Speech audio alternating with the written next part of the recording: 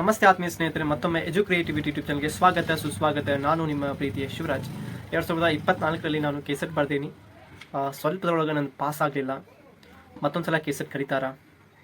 ಕೆಸೆಟ್ಟನ್ನು ಬಿಟ್ಟು ನನಗೆ ಬೇರೆಲ್ಲ ಯಾವ ಆಪ್ಷನ್ಸ್ಗಳಿದಾವೆ ನಾನು ಲೆಕ್ಚರ್ಶಿಪ್ ಅಂದರೆ ಪ್ರೊಫೆಸರ್ ಆಗಲಿಕ್ಕೆ? ಸೊ ಕೆಸೆಟ್ ನಾನು ಮುಂದಿನ ಸಲ ಹೆಂಗೆ ಪಾಸ್ ಮಾಡ್ಕೊಳ್ಬೋದು, ಏನು ತಪ್ಪು ಮಾಡಿದ್ದೀನಿ ನಾನು, ಈ ರೀತಿ ಹಲವು ಪ್ರಶ್ನೆಗಳು ನಿಮ್ಮ ತಲೆಯೊಳಗದಾವ. ಆ ಎಲ್ಲ ಅಭ್ಯರ್ಥಿಗಳಿಗೆ ನಾನು ಒಂದೇ ಒಂದು ಕಿವಿ ಮಾತು ಹೇಳಲಿಕ್ಕೆ ಈ ವಿಡಿಯೋ ಮುಖಾಂತರ ಬಂದಿದ್ದೀನಿ. ಸೊ ಆತ್ಮೀಯರೇ, ನೀವು 2024ರಲ್ಲಿ ಬರ್ದಿರಿ, 2023ರಲ್ಲಿ ಬರ್ದಿರಿ. ಕೆಲವೊಬ್ಬರು ನಿಮ್ಮ ಸ್ನೇಹಿತರು ಪಾಸ್ ಆಗಿದ್ದಾರೆ, ಬಟ್ ನೀವು ಪಾಸ್ ಆಗಿಲ್ಲ. ಇದಕ್ಕೆ ಹಲವಾರು ಕಾರಣಗಳಿರ್ತಾವೆ. ಅದರೊಳಗೆ ಮುಖ್ಯವಾದಂತಹ 3 ಕಾರಣಗಳ ಏನಂತ ನಾನು ಹೇಳ್ಬಿಡ್ತೀನಿ. ಪಾಯಿಂಟ್ ನಂಬರ್ 1, ನೀವು ಅಡ್ಡದಾರಿಯನ್ನು ಹಿಡಿದಿರ್ತೀರಿ. It means ಶಾರ್ಟ್ಕಟ್ಟನ್ನು ಹಿಡಿದಿರ್ತೀರಿ. ಯಾರೋ ಒಂದು ನೋಟ್ಸ್ ಕೊಟ್ರೆ ಅಂತಂದು ಅದನ್ನು ಓದೋದು, ಮತ್ತು ಯಾರೋ ಒಬ್ಬರು ಈ ಬುಕ್ಸನ್ನು ಹೇಳಿದ್ರೆ ಅದನ್ನು ಓದೋದು. ಫಸ್ಟಿಗೆ ಯಾವ ಬುಕ್ಕನ್ನು ಓದಬೇಕಂತ ನಿಮ್ಗೆ ಕ್ಲಾರಿಟಿ ಇರೋಂಗಿಲ್ಲ. ಸೆಕೆಂಡ್ ಒನ್, ನೀವು ಯಾಕೆ ಕೆಸೆಟನ್ನು ಪಾಸ್ ಮಾಡಬೇಕು, ನೆಟ್ಟನ್ನು ಪಾಸ್ ಮಾಡಬೇಕಂತಂದು ನಿಮ್ಮ ಕಡೆ ಉದ್ದೇಶನೇ ಇರೋಂಗಿಲ್ಲ. ಮತ್ತು ಥರ್ಡ್ ಪಾಯಿಂಟ್, ನಿಮ್ಮ ಕಡೆ ಇಂಟ್ರೆಸ್ಟ್ ಇಲ್ಲೇ ಇರೋದು. ಇವು ಮೂರನ್ನು ನೀವು ಯಾವಾಗ ಮೈಗೂಡಿಸ್ಕೊಳ್ತೀರಲ್ಲ, ಆವಾಗ ನೀವು ಒಬ್ಬ ಒಳ್ಳೆಯ ಪ್ರೊಫೆಸರ್ ಆಗಲಿಕ್ಕೆ ಕೆಸೆಟನ್ನು ನೆಟ್ಟನ್ನು ಕ್ವಾಲಿಫೈ ಮಾಡಬಹುದು. ಅದನ್ನು ಬಿಟ್ಟು ಮುಂದಿನ ಸಲ ಕೆಸೆಟ್ ಕರೀತಾರ ಅಂದರೆ 2025ರಲ್ಲಿ ಕರೀತಾರ ಕೆಸೆಟ್ ಅಂತ ಬಹಳ ವಿದ್ಯಾರ್ಥಿಗಳು ಕೇಳ್ತಾ ಇದ್ದಾರೆ. 2025ರಲ್ಲಿ ಕೆಸೆಟ್ ಆಗ್ತೈತಿ, 100% ಆಗ್ತೈತಿ. ಈ ಒಂದು ನವಂಬರ್ ಒಂದು ತಿಂಗಳೊಳಗಡೆ ಈ ಕಂಪ್ಲೀಟ್ ವೆರಿಫಿಕೇಷನನ್ನು ಮುಗಿಸ್ತಾರೆ. 2025 ನವಂಬರ್ ಆಸುಪಾಸಿನೊಳಗೆ ಅಗೇನ್ ಮತ್ತೊಂದು ಸಲ ಕೆಸೆಟನ್ನು ಕರೀತಾರೆ. ಸೊ 2023ರಲ್ಲಿ ಕೂಡ ಅದೇ ರೀತಿಯಾಗಿ ಆಗಿತ್ತು ಅಂತ ನಿಮ್ಗೆ ಗೊತ್ತಿದೆ already. Again you have one more KSET also 2025. ಅದು ಬಿಟ್ಟು ನೀವು ನೆಟ್ಟನ್ನು ಪ್ರಿಪ್ರೇಷನ್ ಮಾಡಿರಿ ಅಂತ ಹೇಳ್ತೀನಿ.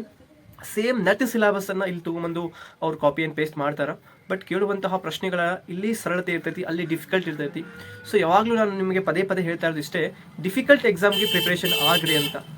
ಡಿಫಿಕಲ್ಟ್ ಎಕ್ಸಾಮ್ ಪ್ರಿಪ್ರೇಷನ್ ಆದರೆ 100% ನೀವು ಏನು ಮಾಡ್ಬೋದು, ಒಬ್ಬ ಒಳ್ಳೆಯ ಪ್ರೊಫೆಸರ್ ಆಗಲಿಕ್ಕೆ ಸಾಧ್ಯ ಆಗ್ತೈತಿ. ಮುಂದುವರೆದು, ಸರ್ ನಂದು ಈ ಬಾರಿಗೆ ಕೆಸೆಟ್ ಪರೀಕ್ಷೆ ಆಗಿಲ್ಲ, ನನಗೆ ಬಹಳ ಬೇಜಾರಾಗಿದೆ ಅನ್ನೋರಿಗೆ ನೋಡಿ, ಜೀವನದೊಳಗೆ ಬೀಳಲೇಬೇಕಾಗ್ತೈತಿ. ಬಿದ್ದಾಗ ಏಳಲೇಬೇಕು. ಒಂದು ವೇಳೆ ನಾನು ಪಾಸ್ ಆಗ್ತಾ ಇಲ್ಲ, ನನ್ನ ಹಣೆ ಬರಹ ಇಷ್ಟೇ ಇದೆ, ನಾನು ಏನು ಮಾಡ್ಲಿಕ್ಕೆ ಆಗಲ್ಲ ಅನ್ನೋದಾದರೆ ನಿಮ್ಮಷ್ಟು ಮೂರ್ಖರು ಯಾರೂ ಇಲ್ಲ. ಯಾಕಂದ್ರೆ ಇವತ್ತು ಸೋತವ ನಾಳೆ ಗೆಲ್ಲಲೇಬೇಕು ಅಂತ. ಸೋಲೆ ಗೆಲುವಿನ ಸೋಪಾನ ಅನ್ನೋದನ್ನು ನೀವು ಕೇಳಿರಿ. ಸೋತಾಗ ಗೊತ್ತಾಗೋದು ನಾವು ಎಲ್ಲಿ ತಪ್ಪು ಮಾಡ್ತೀವಿ ಅಂತ. ಗೆದ್ದಾಗ ಒಂದು ಹುರುಪು ಅಷ್ಟೇ ಇರ್ತೈತೆ ಹೊತ್ತು ಯಾವುದೇ ರೀತಿ ಪಾಠ ಇರೋಂಗಿಲ್ಲ.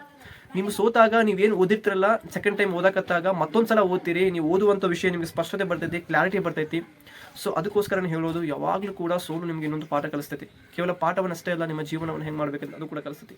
So what I request you to read and revise and solve the previous year question papers. So then only you will get the clarity of that examination. And other thing that ನಿಮಗೆ ಏನು ಪ್ರಶ್ನೆಗಳು ಇರ್ತಾವಲ್ಲ, previous year ಪ್ರಶ್ನೆಗಳು, question papers ಇರ್ತಾವಲ್ಲ, ಆ ಕ್ವಶನ್ಸನ್ನು ಬೆನ್ನತ್ತಿ ಹೋಗ್ರಿ. ಈಗ ಯಾವುದೋ ಒಂದು ಪ್ರಶ್ನೆ ಕೇಳಿದಾರೆ, ಆ ಪ್ರಶ್ನೆಗೆ 4 ಉಪ ಆಯ್ಕೆಗಳಿದಾವೆ ಅಂದ್ರೆ ಆ 4 ಆಯ್ಕೆಗಳ ಸುತ್ತಮುತ್ತ ನೀವು ಹೋಗಿ ಬರಬೇಕು. ಅಂದಾಗ ನೀವು ಆ ಒಂದು ಪರೀಕ್ಷೆಯ ಒಂದು ಉತ್ತಮ ರೀತಿಯೊಳಗೆ ತಯಾರಿ ಮಾಡಲಿಕ್ಕೆ ನೀವು ಎಲಿಜಿಬಲ್ ಇದ್ದೀರಿ ಅಂತ, ಇಲ್ಲ ಎಲಿಜಿಬಲ್ ಇಲ್ಲ ಅಂತ.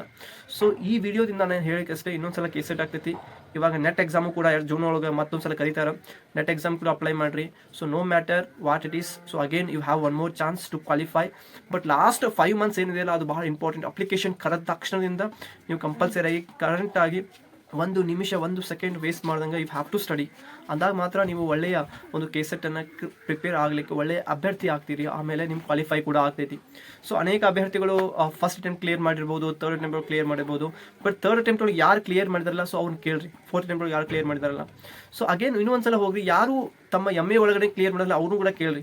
ಯಾಕಂದ್ರೆ ಅವರು ತಪ್ಪನ್ನು ಯಾರು 2-3 ಬಾರಿ ತಪ್ಪನ್ನು ಮಾಡ್ತಾರಲ್ಲ, ಅವರು ಆ ತಪ್ಪನ್ನು ಮಾಡದೆ MA ವಿದ್ಯಾರ್ಥಿಗಳು MAದಲ್ಲಿರುವಾಗಲೇ ಸೊ ಕರೆಕ್ಟಾಗಿಯೇ ನೀಟಾಗಿಯೇ ನಾನು ಎಕ್ಸಾಮ್ಸ್ ಬರೆದಾದ್ಮೇಲೆ ರಿಗ್ರೆಟ್ ಆಗೋಕ್ಕಿಂತ, ಎಕ್ಸಾಮ್ಸ್ ಒಳಗೆ ಮಾಡುವಂಥ ತಪ್ಪುಗಳನ್ನು ನಾನು ನೋಡೋಕ್ಕಿಂತ ಮೊದಲಿಗೆ ಎಕ್ಸಾಮ್ಸ್ ಇಲ್ಲದೆ ಎಕ್ಸಾಮ್ಸ್ ಒಳಗಡೆ ನಾನು ತಪ್ಪು ಏನು ಮಾಡಬಾರ್ದು ಅನ್ನೋದನ್ನು, ಆ ತಪ್ಪನ್ನು ಅವರು ಏನು ಮಾಡ್ತಾರೆ, ಸೊ ಆಲ್ಮೋಸ್ಟ್ ಆಗಿ ಸರಿಪಡಿಸ್ಕೊಳ್ಳಿಕ್ಕೆ ಚೆನ್ನಾಗಿ ಓದಿರ್ತಾರೆ. ಅಂದಾಗ ಅವ್ರದ್ದು ಕ್ಲಿಯರ್ ಆಗಿರ್ತೈತಿ, ನಿಮ್ಮದು ಕೂಡ ಕ್ಲಿಯರ್ ಆಗ್ತೈತಿ. No worries. ಸೊ ಕೆಸೆಟ್ ಈ ಎಲ್ಲ ಯಾರ್ಯಾರು ಪಾಸ್ ಆಗಿರಲ್ಲ 6,037 ಅಭ್ಯರ್ಥಿಗಳಿಗೆ ಅವ್ರಿಗೆ ಕೂಡ ಕಂಗ್ರಾಚುಲೇಷನ್ಸ್ ಹೇಳ್ತೀನಿ, ನಾನು ಅಭಿನಂದನೆಗಳನ್ನು ತಿಳಿಸ್ತೀನಿ. ಸೊ ನಿಮಗೆಲ್ಲ ಮತ್ತೊಂದು ಸಲ ಅವಕಾಶ ಇದೆ, ಚೆನ್ನಾಗಿ ಓದ್ರಿ. Wish you all the best. So thank you so much for watching this video.